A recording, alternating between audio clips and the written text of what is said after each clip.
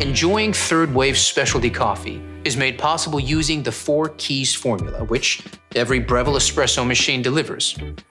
Key number 1, achieve a full-bodied coffee with rich and complex flavors, using the ideal dose with 18 to 22 grams of freshly ground beans. Key number 2, sweet, delicious, and nuanced flavor notes begin with precise digital control over water temperature at 93 degrees Celsius for a perfectly balanced taste. And key number 3 starts with low-pressure pre-infusion, followed by a high-pressure 9-bar extraction process delivered via our 15-bar Italian pump and overpressure valve. The 4th and final key is about getting that silky, velvety microfoam, only possible with high-pressure steam. See our Latte Art for Beginners video to find out more.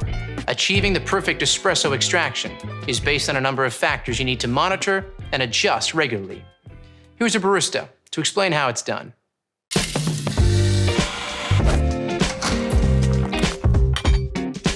Okay, so you have your specialty coffee beans and you're ready to hit that brew button. Let's take a closer look at some extraction results you might come across and what adjustments you need to make to consistently create that balanced espresso shot. Baristas call finding the optimal extraction dialing in.